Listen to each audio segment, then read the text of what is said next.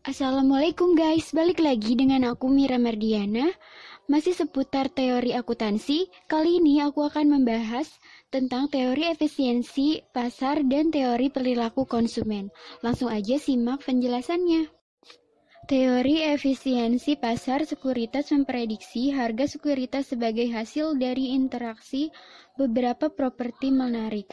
Harga mencerminkan fully reflect pengetahuan dan informasi untuk investor. Efisiensi pasar sekuritas mempunyai implikasi yang penting untuk akuntansi keuangan. Efisiensi berimplikasi pada isi informasi dari pengungkapan, bukan dari bentuk pengungkapan itu yang dinilai oleh pasar. Pasar dikatakan efisien apabila harga-harga sekuritas yang ada mencerminkan secara penuh informasi yang tersedia. Dalam hal ini, informasi yang tersedia bisa meliputi informasi di masa lalu, misalkan laba perusahaan tahun lalu, informasi saat ini, misalkan rencana kenaikan dividen tahun ini, serta informasi yang bersifat pendapat atau opini rasional yang beredar di pasar yang bisa mempengaruhi perubahan harga. Aspek penting dalam menilai efisiensi pasar adalah dengan melihat seberapa cepat suatu informasi baru yang penting diserap oleh pasar yang tercermin dalam penyesuaian menuju harga keseimbangan yang baru. Pasar yang efisien, harga sekuritas akan dengan cepat terevaluasi dengan adanya informasi penting yang berkaitan dengan sekuritas tersebut, sehingga investor tidak akan bisa memanfaatkan informasi untuk mendapatkan abnormal return di pasar. Selanjutnya, teori perilaku konsumen. Perilaku konsumen adalah studi tentang bagaimana individu, kelompok, dan organisasi memilih, membeli, menggunakan, dan bagaimana barang, jasa, ide, atau pengalaman untuk memuaskan kebutuhan dan keinginan mereka.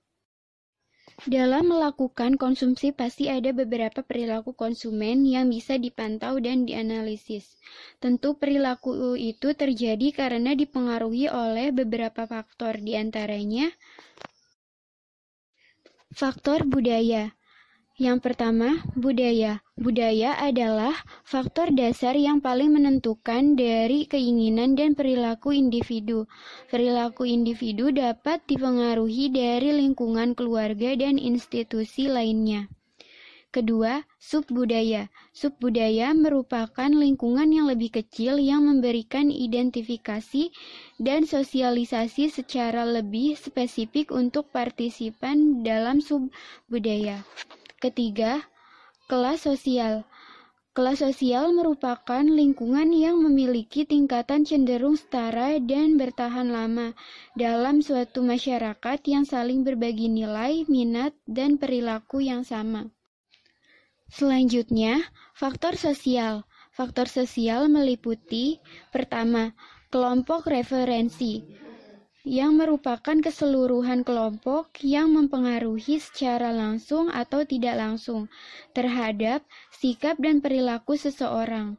Kelompok referensi terdiri dari kelompok primer, kelompok sekunder, kelompok aspirasi, dan kelompok disosiatif.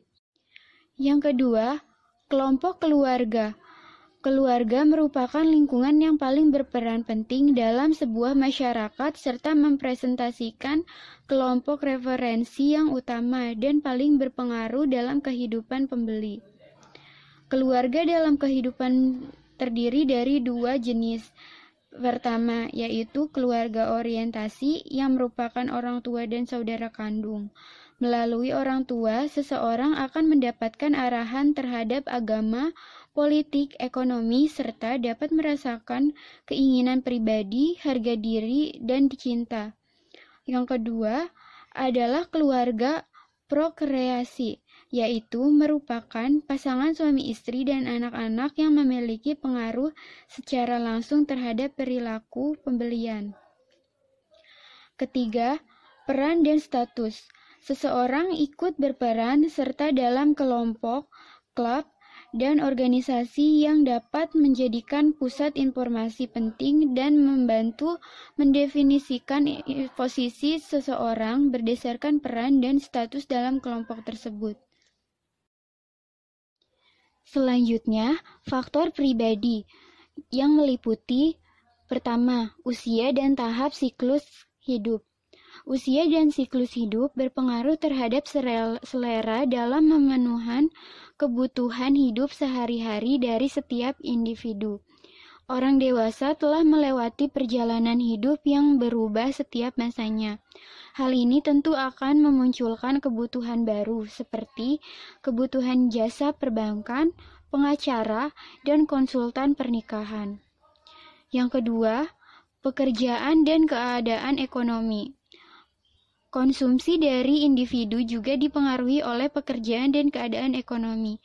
Maka dari itu, pemasaran harus berusaha mengidentifikasi kelompok pekerjaan yang memiliki minat di atas rata-rata terhadap barang dan jasa tertentu. Selain itu, keadaan ekonomi sangat mempengaruhi pilihan barang dan jasa yang akan dikonsumsi oleh setiap individu. Dan yang terakhir adalah faktor psikologis yang meliputi pertama, motivasi.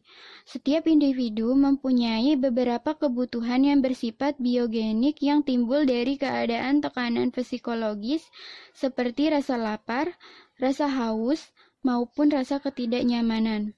Selain itu, terhadap kebutuhan yang bersifat psikogenik yang timbul dari keadaan tekanan psikologis seperti kebutuhan atas pengakuan, penghargaan diri, dan rasa memiliki.